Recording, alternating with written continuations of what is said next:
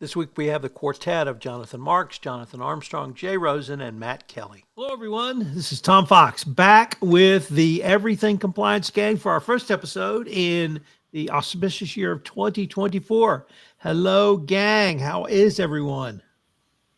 We are awesome. Yep. How are you, Tom? We are awesome. Great. Well, we've got the quartet of Jonathan Marks, Jonathan Armstrong, Matt Kelly, and Jay Rosen. I'm sitting in as your host. So we're going to start, as always, across the pond with our colleague, Mr. Armstrong. What do you have for us, Jonathan Armstrong? Thanks very much, Tom, and Happy New Year, one and all.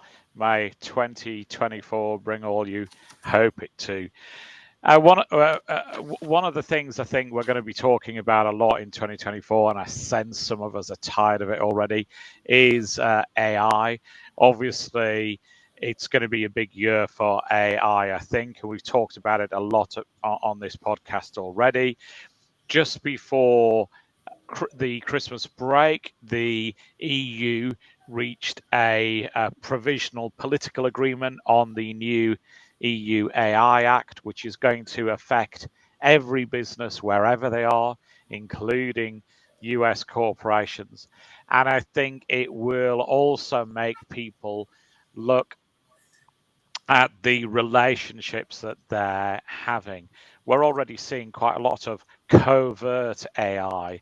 So things like corporations outsourcing recruitment or the finessing of resumes or CVs and presenting a more select list.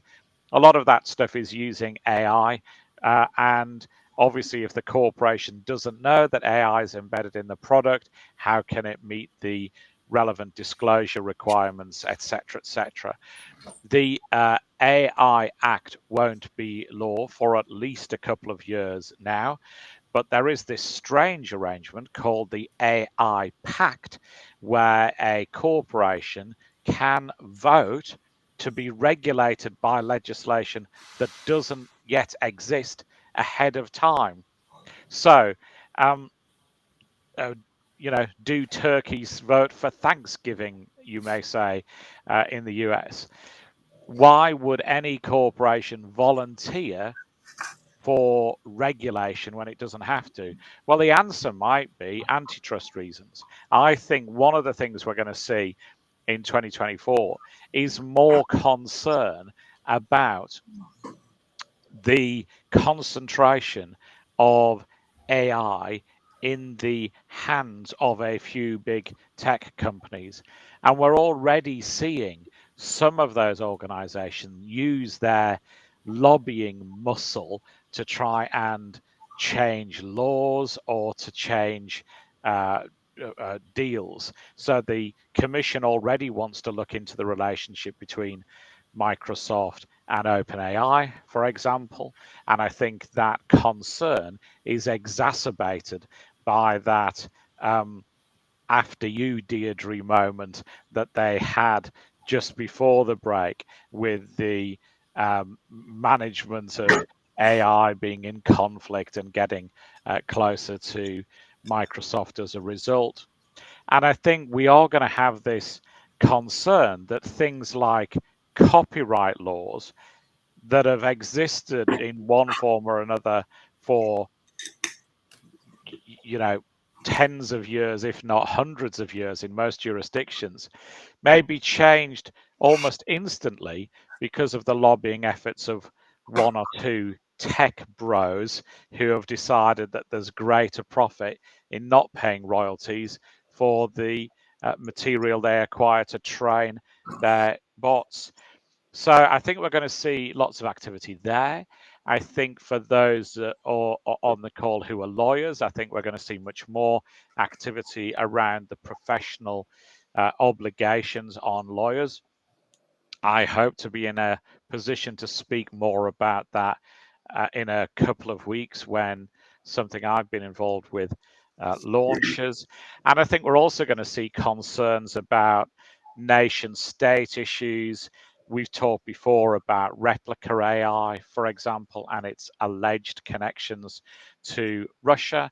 We had a case again, the back end of last year, where it was alleged that replica AI took a vulnerable individual and persuaded him to try and kill the Queen, and he was detained at Windsor Castle, allegedly carrying out the instructions of his bot girlfriend to commit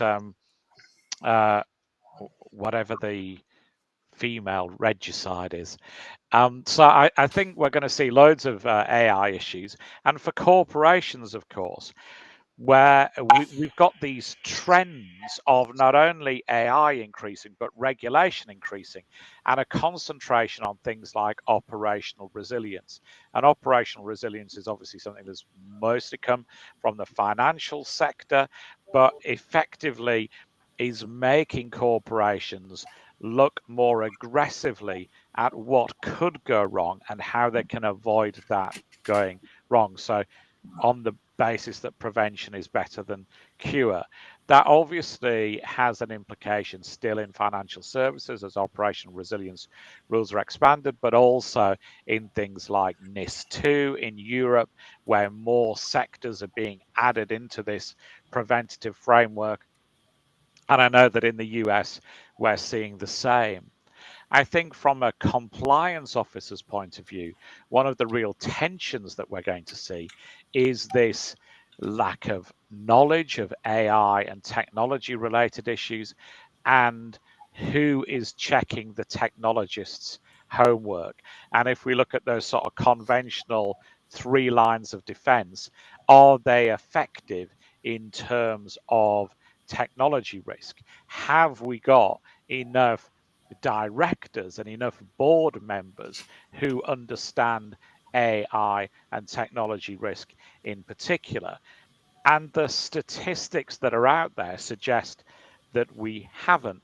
I know in August, EY did a survey looking at filings and stuff like that of 75 of the Fortune 100, and 35% of those corporations thought that their board lacked an understanding of AI risk. I think almost the surprising thing from that is that 65% thought they did understand AI risk, because I think that's pretty ambitious when the risk is changing so much. And even people who've been around the technology risk arena for 30 years wouldn't claim to be proficient in understanding all of the risks that AI would present. And if we look at cyber, that other sort of big technology risk, then 61% of boards of America's largest companies have cybersecurity gaps on their board. And you'd expect, wouldn't you, that as we go down to smaller corporations, the percentage of boards that don't have adequate risk is greater.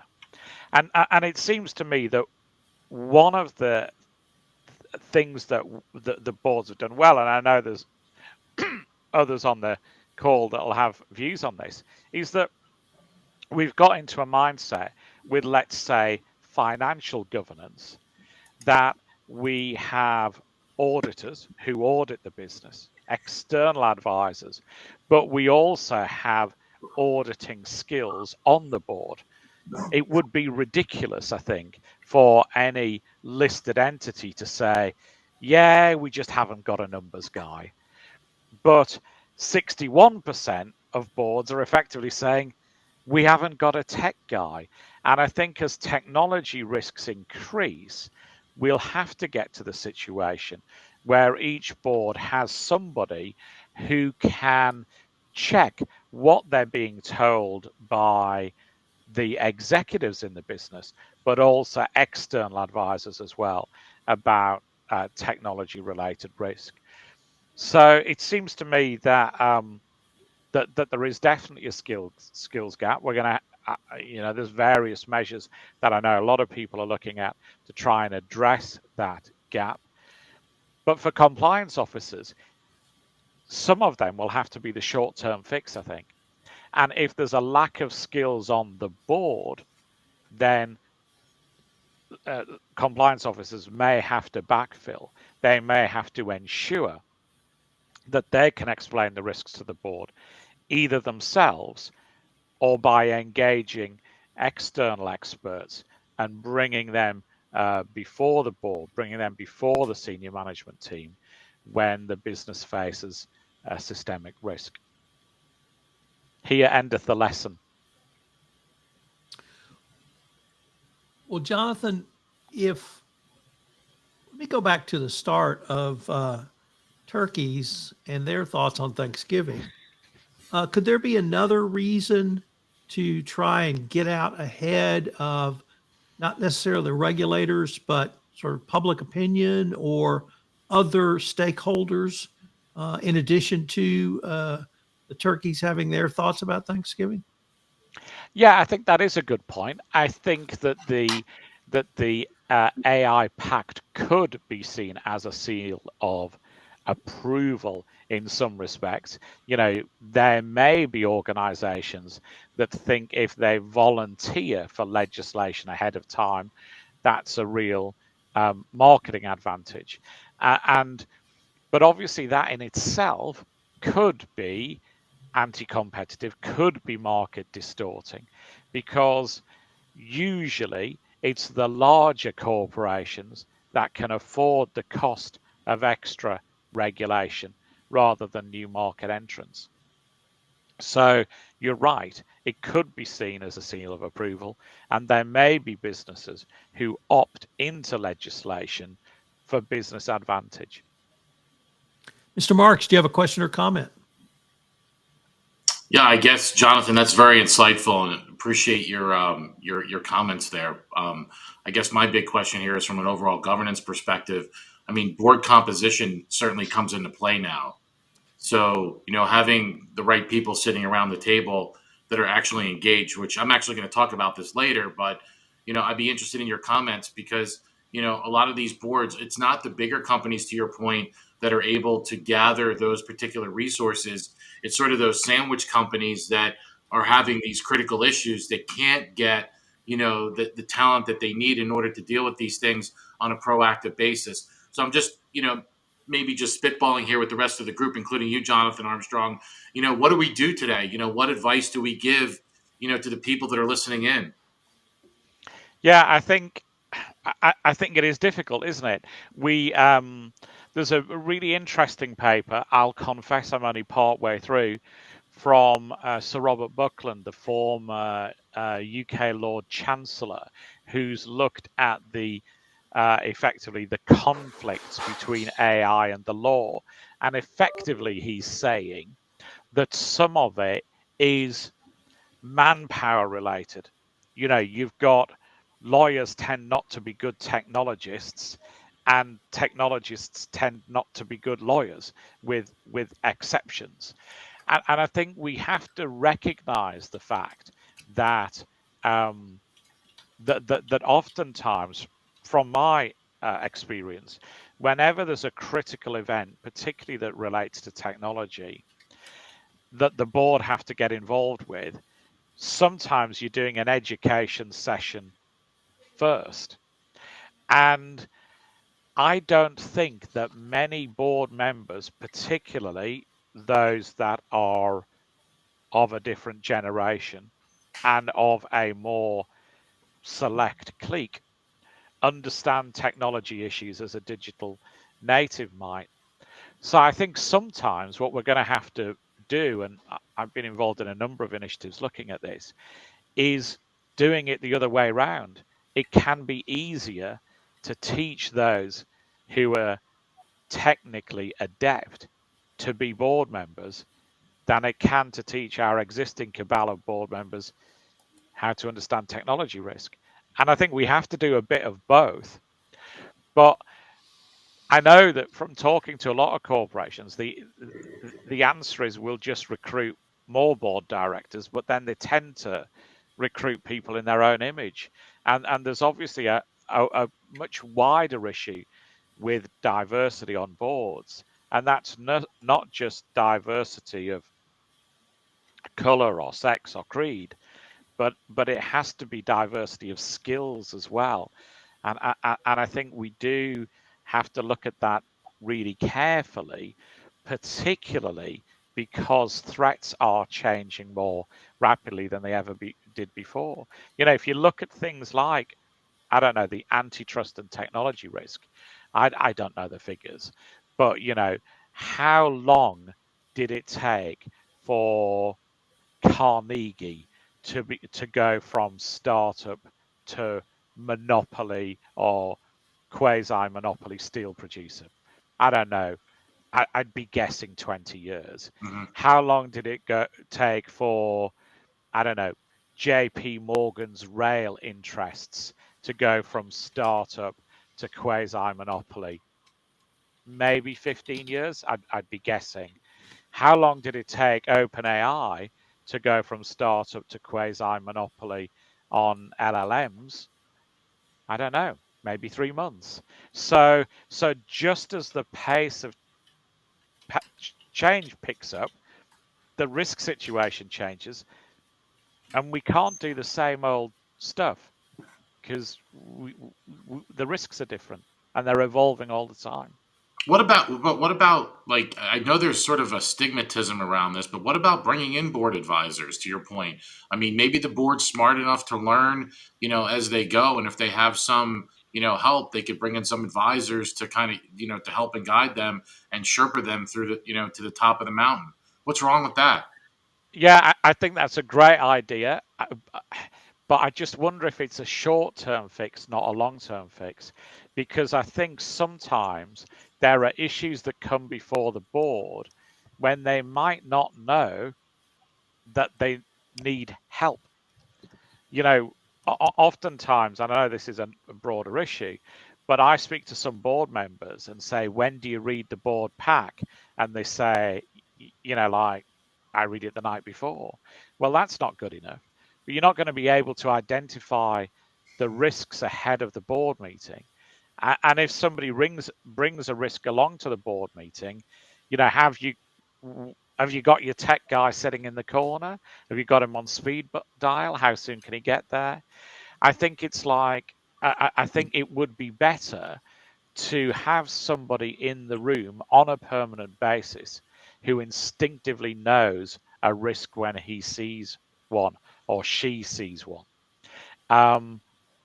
But you're right that there might be a short-term solution. The only short-term solution for some boards might be to have somebody on retainer to come along and present her findings to the board on a regular basis and to be involved in all that all that decision making. Then I guess, without being over legalistic about it, your potential issue then is, do they become a shadow board member, which in some jurisdictions ain't a great thing either if you've got somebody who's effectively functioning as if they're a board member but isn't. Let's turn to across the pond with Matt Kelly. Matt, what are you looking at early on here in 2024? Well, Tom, I have a new frontier in anti-corruption issues. Here in the United States, back in December, they signed into law the Foreign Extortion Prevention Act, which I guess will now be forevermore known as FEPA. FEPA is a longtime dream of anti-corruption activists, and rightly so. It's a good law, but it makes it a crime for foreign government officials to solicit bribes from either U.S. persons or U.S. issuers and entities. So this is really a counterpoint to the FCPA. The FCPA criminalizes a company offering a bribe or paying a bribe to a foreign government official. This is now the counterpoint. It is now, at long last, illegal for the foreign government official to solicit or take a bribe from U.S. persons or U.S. companies. I am pretty sure the law just kind of went into effect immediately. I don't think there's any sort of implementation time frame here. But I do think that the existence of FEPA is now going to have some interesting implications for corporate compliance programs worried about your FC program. So case in point being that if the Justice Department, as it has said for many years, if you want full credit for your FCPAs, well, that means that you have to provide all the evidence and testimony and whatever else you can do to hold all individuals who are involved in that misconduct accountable. Isn't the foreign corrupt official one of those individuals? So in order for you to fulfill your duties as a good FCPA doobie, does that mean your company's going to have to cooperate in FEPA prosecutions against that same foreign corrupt official? We don't yet know. That's the first answer here, that the Justice Department, I think, and if they're listening, I hope maybe they will take this to heart. They really need to step up and give some speeches or policy pronouncements about what exactly they want to do with this law. How will they enforce it? But most of the legal bulletins I have read have said that, well, yes, company worried about FCPA compliance, you're going to have to cooperate with the Justice Department to hold that corrupt government official accountable as well.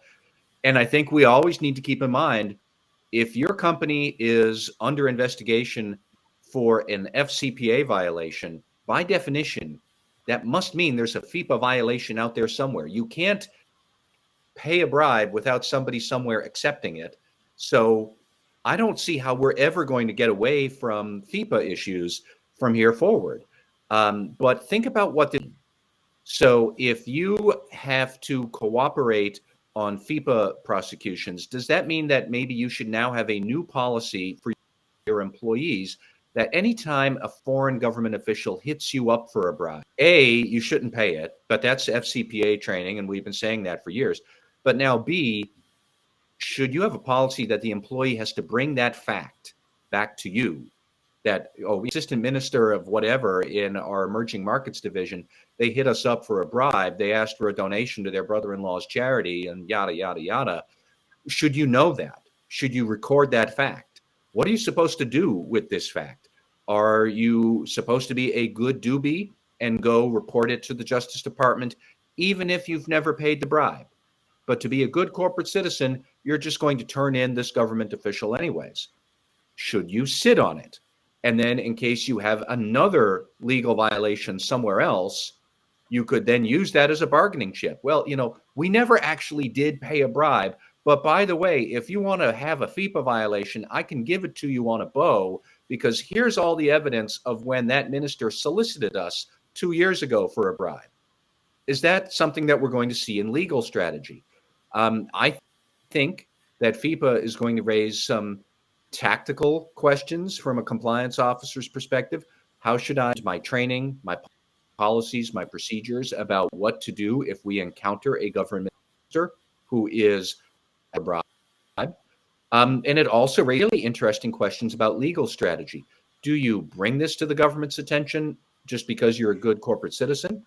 Do you sit on it and then the legal department or your outside counsel uses it as a bargaining chip in some wholly unrelated matter?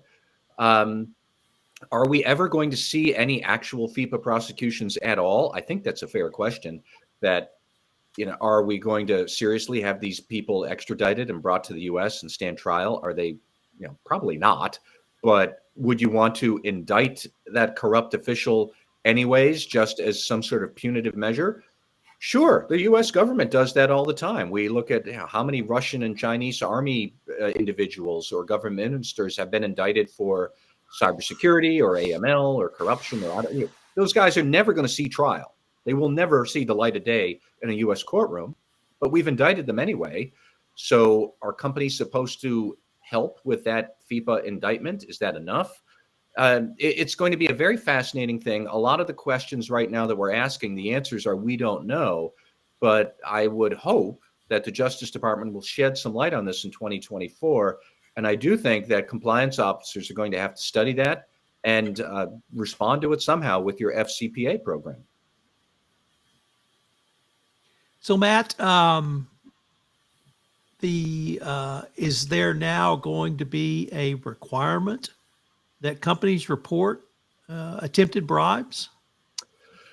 If the Justice Department wanted to be sticklers, I don't see why they couldn't do that. It is not in the statute that you must report a FEPA violation to the Justice Department.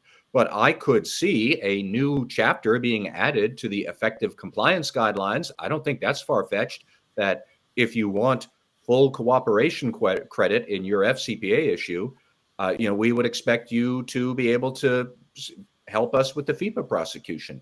I think there's a real question here about what is a company supposed to do if you're hit up for the bribe, but because your FCPA program is so awesome, you don't pay it. Well, you don't have an FCPA violation. You haven't done anything wrong. Do you then still have a duty to report a crime that somebody else committed? I don't know. But it gets back to what I said about legal strategy. Should you keep that knowledge in your back pocket when you have some other legal issue with regulators that you could put and say, well, we'll give you something on a FEPA violation we know about if you cut us a break on this other here? I think a lot of lawyers would say, sure, game. I think the Justice Department will with that. And like I said, so many different questions. I hope the Justice Department will forward and shed some light on this, because otherwise we're all fumbling along in the dark. And I don't think many of what's going to come of this yet. Well, before we get to Jonathan Armstrong, Matt, is in terms of an indictment, I think you're undervaluing the indictment process, which prevents many foreign government officials, particularly those from West Africa, from traveling to Disney World. And that's a big loss. That's a big loss. And of course, that means you can't go to Amsterdam because Schiphol Airport, extradition there. Yep. So there's a wide variety of places you can't go if you get indicted. But Mr. Armstrong, do you have a comment or question for Matt? Yeah, I think just to note that there are onward reporting requirements in some jurisdictions. I mean, typically that's been a feature of some of those countries that came out of the former Eastern Europe, for example, that sometimes there is a positive obligation to report if somebody does ask you for a bribe. So, for a US corporation, even if there's not a positive obligation to report it in the US, there may be a positive obligation to report it elsewhere. And if you're going to have to tell, the foreign government somewhere, then you might want to consider whether you ought to make a proactive report, I guess, in the US at the same time. And, I think that's an excellent point, Jonathan. I could also even sketch out scenarios where, if the foreign government official has hit you up for a bribe and you don't pay it, well, you don't have a violation here in the US, but maybe he does there in his home country. Do you have a duty, because you're doing business there, to report to the local authorities? I could see that this is going to require a lot of local law analysis. And one final point, for anybody who is wondering about the extraterritorial reach of FEPA, figure it is, yes, just like the FCPA in its extraterritorial reach. And in fact, when we had that Hoskins decision a couple of years ago, that the FCPA might be limited in some foreign employees in a foreign country of a U.S. subsidiary, or all of that has been addressed in FEPA in the language of it. They have made it explicitly clear that this is extraterritorial. If you are a U.S. issue, a U.S. person, this is going to be something that you can't get away from. So I look forward to seeing how this unfolds in 2024. It's a bit of a puzzle right now. Can I ask you a quick question, if you don't mind? I know I'm not on the schedule, but is it almost incumbent upon the individual who's being if the bribe's coming from the other way now, and you're sitting there and you're getting this from that individual, I would almost think that individual would almost have to positively reply back to that individual and say, thank you for your offer, I decline. And we're right back to what I mentioned earlier. I think that's an excellent question. Our answer is, I don't know. But yeah, are you supposed to document that you did get the bribe solicitation and pay? If Yeah, if you volunteer a FEPA disclosure to the justice, I am sure they are going to say, well, how do we know that you didn't pay the bribe? Told us about now. So now you may have a books and records can have opened. Fun point is this own department law. There is no enforcement from the SEC on a FEPA solicitation. But cans of worms open all over the place with this. Yeah. The other weird aspect of it is that, and we've talked about this on the podcast before, is that how do you actually know it's a bribe? You know, for example, in, I don't know, Kenya, a bribe is called a chicken. So if somebody says to you, "Can I have a chicken?" and they're in a restaurant, what do you have to say to them? Do you mean chicken as in or do you mean chicken as in bribe? And they say, I mean chicken as in chicken. And do you say to them, I need you just to sign a waiver to say that you've asked for a chicken with feathers that lays eggs? And I know that, I mean, I'm being slightly ridiculous about it, but some of it is relatively trivial, isn't it? Is it Indonesia that a bribe is known as a coffee? If somebody says to you, do you want a coffee? Can I have a coffee? What? How does the man on the ground determine whether that's a solicitation for a bribe or he's asking for a coffee? And can you imagine if you had chicken and a cup of coffee? Exactly. So one more tactical It's point. cookies, Matt. Cookies. One more tactical point about the law is that eventually the Justice Department will build a database of corrupt officials that we've been told bribes. They're going to know who these people are. And so now due diligence is that if you miss that you're dealing with a corrupt official and the department shows up, we knew about this guy 2 years ago and we're always the 8 ball. How did you miss it? It is an example of how we will need to think through the implications of this FEPA for your FS program and all of its components. And we're going to have to think it through somehow. All right, down to the city of brotherly love or thereabouts with the former Super Bowl contending Philadelphia Eagles. Mr. Marks, what are you thinking about for 2024, at least at this point, besides the Eagles? I'm thinking about baseball, my friend. I'm thinking about baseball at this point, but Pitchers anyway, and catchers report in 23 days. yes, and I can't wait. I don't know what's going to happen on Monday night, but it's nonetheless interesting. Anyway, I think today's discussion, like most of them, it's pretty action packed, and I wanted to kind of circle back on a couple different points here from a board member perspective and things that I'm seeing, especially in the new year. I think it's a good time to do this. We talk about board member composition. I think I mentioned that to Jonathan earlier. I said I was going to comment on that today. I've spoken with many board members and attended many meetings, and I'm amazed at how many members of the board are still not engaged today, which reminded me that one of the traits of an effective leader is to be a good team builder. And, that may be, how do you build a good team? Do you expose them to all these issues? Do you teach them? Do you bring in board advisors like we were talking about, some of the things that we were mentioning on, moments ago? And I'm thinking about knowing their level of engagement, which sort of is this amorphous concept to some. And so I started to think about, and I asked Tom, I said, can we really talk about the board's role a little bit? And let's start with the role of the board, as as organizations, ultimate decision-making bodies, so to speak. The board of directors plays two critical roles, strategic planning and oversight. It's sort of this eyes open, nose in, hands off kind of concept. But the board should not attempt to run the operations of the organization. It should oversee how management runs the company. And I think a lot of board members are still confused about that today. Boards that are, routinely infringe upon management duties and responsibilities, especially with, they risk upsetting a structure that is intended to help both of them. And again, I'm going back to this sort of board engagement concept. Are people really devoting the time and attention that they need for this particular job, and it is a job. Being on a board is a job. Being asked to serve as a director is, of course, an honor, but unlike awards for good citizenship, and it requires a continuing commitment of time.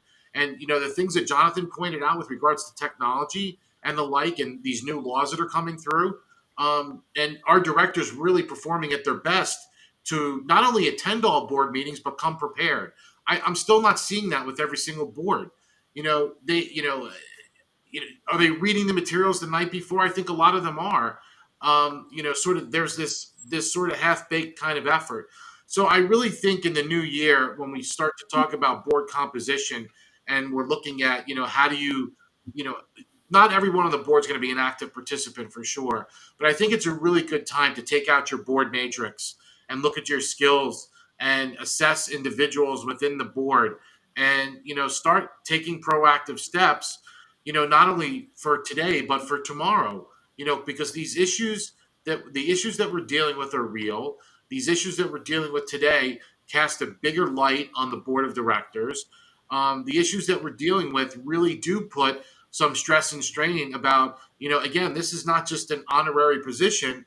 It's really something that does require a lot of time, effort, and energy. And so I think if we're not paying attention to that today, I think that it really sets the organization up for failure. And when we talk about diversity amongst boards, it's really diversity of thought. I think that's the bigger thing. Do we have people on the board that are going to speak up? They're going to give their perspective on certain issues. It drives me bananas, and I'm sure all of you too, when you're dealing with a board or you're watching the way a board acts or reacts, and it's basically one person leading the entire charge from start to finish, and nobody else wants to participate, or they just follow along. I think there's some real dangers there. So, I know this is not a highly technical discussion today for me, but I think it's one of those things. It's not even blocking and tackling. I think fundamentally, as part of overall good governance, now that we're in a new calendar year, I think it's a really good time. Like I said, take out that skills matrix, take a look at who's on your board. If there are people that are just hanging on, and not actively engaged or not participating and don't come prepared, I think that boards have a duty and an obligation, to start to make some changes. Just like we have succession planning, with CEOs and the like, I think there needs to be some better planning with regards to, having people rotate off of the board and cultivating some new talent in order to fill those gaps and those weaknesses that we have. And so I'm going to stop there because I don't want to ramble on, but I think you all get the point. I mean, it's a really good point, isn't it? I looked at something last week where person A is the lead non-exec director at corporation X, and person B was the sort of next in line as a non-exec. And then I looked at corporation Z, the same two individuals, the role reversed. I mean, that just doesn't look great, does it? It looks as if person A has appointed, person B to one board and has got an appointment back. That may or may not have been what's happened. It might be that they weren't involved in the recruitment of each other. But it does look fishy if there are two boards and common non-execs on two unrelated corporations. Jonathan Marks, in his remarks, Jonathan Armstrong talked about having a subject matter expert resource for a board and the both pros of that and potential cons, becoming a shadow board member. But I wanted to ask you, could a board use a subject matter expert in any of the areas we've talked about in this podcast or others? Compliance obviously comes to mind as a potential bench for future board members, or as a way to evaluate people with areas of subject matter expertise to become potential board members. I think so, and if they don't, shame on them. I don't know everything. I mean, and we can all vouch for every single one of us that's on this call today. Throughout our entire relationships, we've all called up one another and said, "Hey, I need to really understand what you're thinking here, or can you help me kind of frame this out?" If you don't have a network of specialists that you can rely upon in order to get to better, make better decisions or come to better conclusions, then again, shame on you. We all, you're never the smartest person in the room ever, and one of the big things that I've learned in my 38-year career is that having those people at my disposal is something that's invaluable. You can't put a price tag on it. So my recommendation for boards that are out there, if you don't know what you're talking about, or you have sort of this esoteric issue, I think it's good to bring in someone who can provide you with that granularity, that level of insight. I think it's nothing to be embarrassed about. As a matter of fact, I would commend a board that has a program that does that. And I don't think that you need someone to be at every single board meeting, but there's nothing wrong with tabling a discussion. If there are critical decisions that need to be made, because something's imminent, then yes, obviously somebody needs to be there and be involved in the process. But a lot of times what's talked about at board meetings, it's never something that has to happen right then and there. So what's wrong with tabling something for 24 hours or 48 hours and getting some perspective or some insight or some better information in order to make more informed decisions? I think that's what we really need to gravitate to, because I got news for you. You start talking about FEPA, you start talking about, the new Corporate Transparency Act, you start talking about the new AML 2020 that came out, you start talking about the evaluation of corporate compliance programs, you start talking about, data privacy and security issues. If you are not on top of every single one of these things, and I don't know very many people that are, then, you're going to have to resort to folks that understand those particular issues. And I really would commend a board that seeks out those individuals to help them in whatever arrangement they want and whatever works for them. All right, let's go have a flyover across the country to warm and sunny Southern California. Jay Rosen, what are you thinking about for early 2024? Thanks, Tom. Happy New Year, everybody. On January 10th, our good friend Tom Fox moderated a 1-hour webcast that featured two well-known companies that have recently settled FCPA allegations, and they are aggressively implementing leading data-driven compliance initiatives. The panel included Andrew McBride, the Chief Risk Officer at Albemarle, Tappan Debneth, Head of Integrity, Regulatory Affairs, and Data Privacy at ABB, and Vince Walden from a company called Kona AI.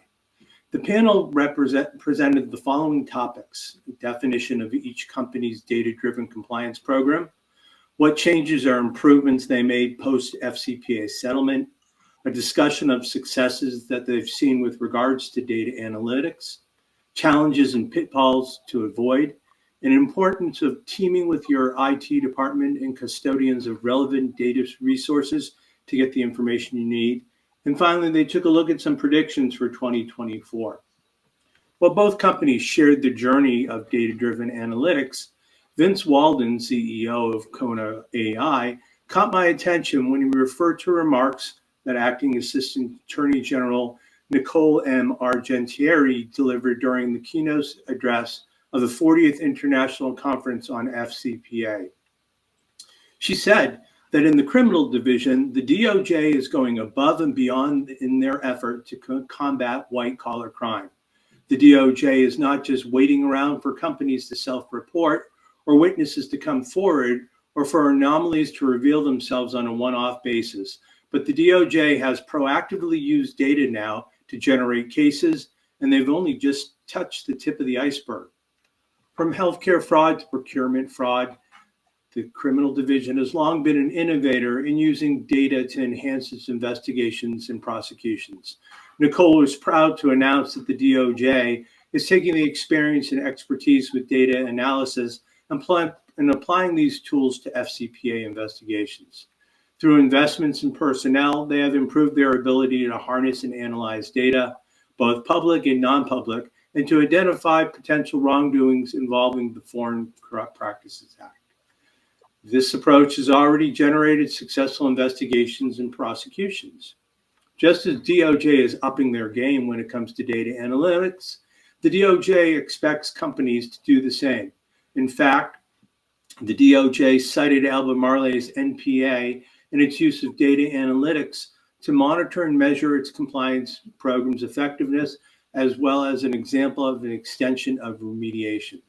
Companies have better and more immediate access to their own data, and you can be sure that if misconduct occurs, the DOJ prosecutors are going to ask what the company has done to analyze or track its own data, both at the time of the misconduct when the DOJ is considering potential resolutions as well.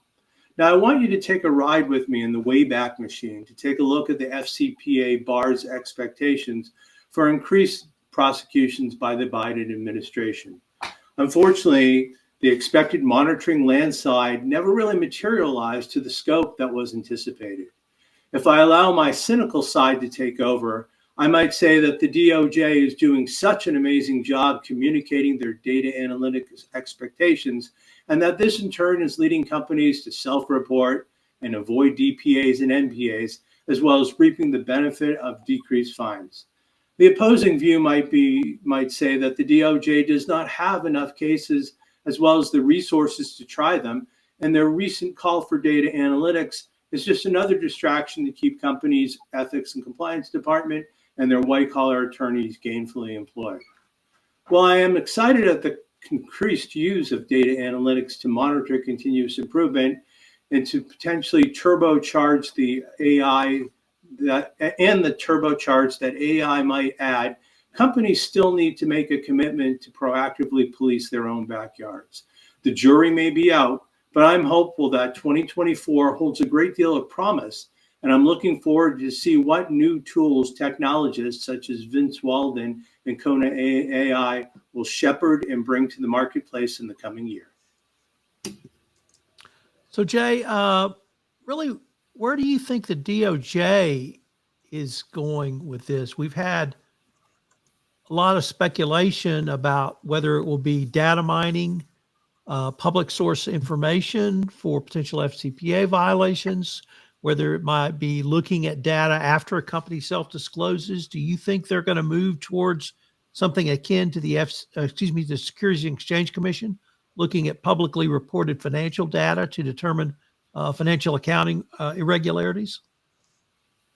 I think they'd be silly if they didn't do that. You know, the information is out there, and like like the DOJ was saying, if we know the information is out here in a public manner, you probably had access to this data much earlier than we did, and that's why when they're talking about we want to know what the company's pose is when the investigation begins, and then also at the end when the when judgment is passed and we figure out what's going down. Mr. Marks, question or comment? Jay, I think your comments today are awesome, and thank you for that.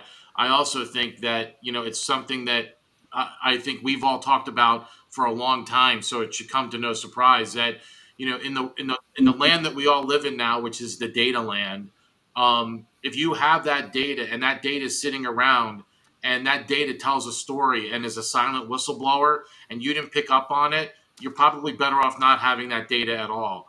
Because if they find it while they're doing their investigation, I think to your point, it's going to be a bigger paddle to your tush.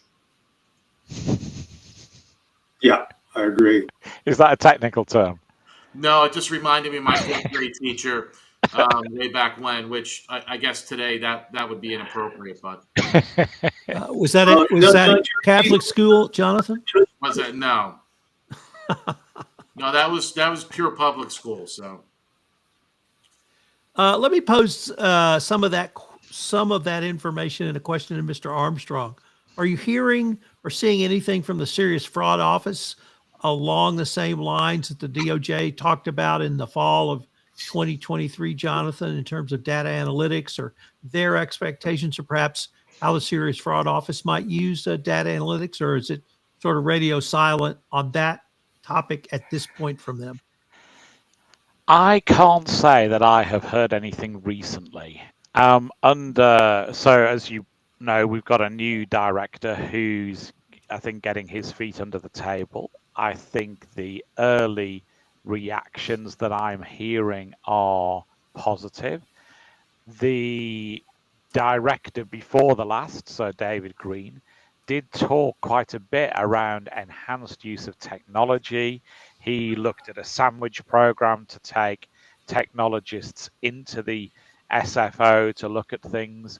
I think that was more around sweating data for compromising emails, etc., rather than metrics itself. So I don't know of any current initiatives on that, but I will certainly look out for them and report back. I just had a question real quick. I didn't even know the Serious Fraud Office talked. I think there's I think they've generally have spoken, at least the last 4 or 5 directors have. You will judge, and I won't, how cohesive some of that talk has been. No judgments here. Gentlemen, on that note, let's move on to fan favorites, shout outs and rants. We're going to keep the same order. So, Mr. Armstrong, do you have a shout out and or rant for us today? I have a shout out, and one of our panel may need to close his ears. I've had the privilege of knowing Jay for many years now, and obviously we've done, I guess, about 120 of these events together. But I've also seen the man in action. I've seen him work a room, and I know that he cares about these issues and he's very knowledgeable about them. Jay is currently in transition. Many corporations on this call have a Jay Rosen sized hole in their organizations. If that is you, give the man a call. Thank you, Jonathan. Wow, I think we just had our greatest shout out ever. I'm not sure where we can go from there. I'll second that. Wow, excellent. Well, Matt, I hate to say the bar is probably way beyond 20 feet, but what do you got for us? I would give some sort of, I guess I'll call it a shout to the Securities and Exchange Commission for reminding us the importance of turning on two-factor authentication for all of your apps when the SC account got hacked here this week by some knucklehead, and it got hacked because, according to Twitter, which I will refuse to call it, according to Twitter, the SEC turned multi-factor authentication on for its Twitter, leading some clever knucklehead out to hack into the SEC account and announce, I think it was on Monday or Tuesday afternoon, that the following day the SEC would authorize Bitcoin ETFs, which the Bitcoin people have been crying for years. Suddenly, the value of Bitcoin promptly spiked, and this is all false. So Gary Gensler, the chairman of the SEC, had to get on his own Twitter account. I presume he uses MFA personally. So that makes me, why would the chairman be using two-factor authentication account and not ask our commission or the agency's account? But anyways, Chairman Gensler had to get on Twitter himself and say, no, this is not true. So the price of Bitcoin promptly crashed. And to make things all the more comical, in fact, the SEC was going to allow Bitcoin ETFs, and they did fall on their own website the next day. So I guess back up, I don't know. Good Lord, this is an entity that is in charge of managing the U.S. capital markets. Cybersecurity, a big thing in modern day commercial reporting. The SEC cybersecurity all the time. They compel major cybersecurity incidents. The Act, the new cybersecurity disclosure rule they just adopted a couple of months ago, which went last month. It actually does not require multi-factor authentication. That would be New York State's Department of Financial Services, they have a rule that does for banks in New York. But this, I don't know whether to cry or just be utterly speechless. Apparently not the last, because I've been talking minutes about this. But thank you, SEC, looking like idiots because you were, and reminding the rest of us to turn on multi-factor authentication. So what happened to to your own corporate organization? Good. Jonathan Marks. I'm ranting today, Tom. Rant goes to the Philadelphia Eagles.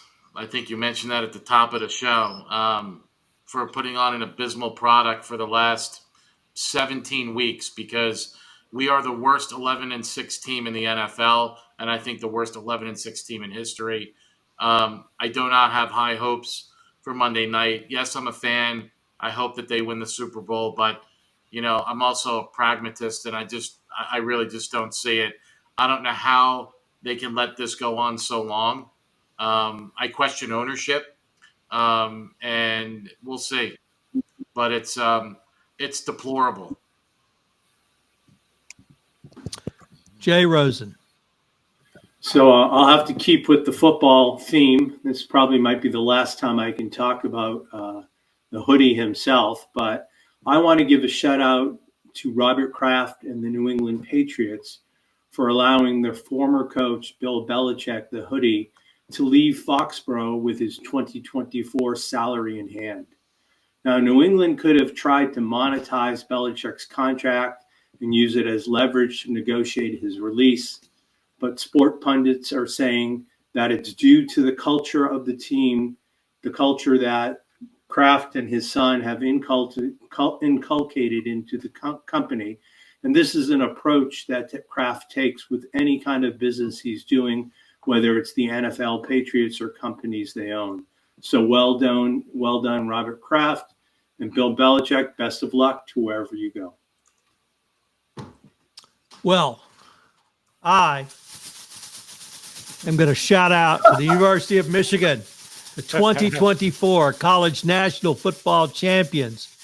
As Hail to the Victors tells us, Michigan is not only the champions of the West, we're the champions of the entire U.S. college football scene. So 15-0, go blue. Gentlemen, what a great show. And we got to give a kudos to Mr. Armstrong for that incredible shout out one more time. I can't wait to see what next time brings us. Thanks, guys. This is Tom Fox again. Thank you so much for listening to this episode of the award-winning Everything Compliance. If you've enjoyed this episode, I hope you'll subscribe, rate, and review wherever great podcasts are listened to. Everything Compliance is a production of the Compliance Podcast Network.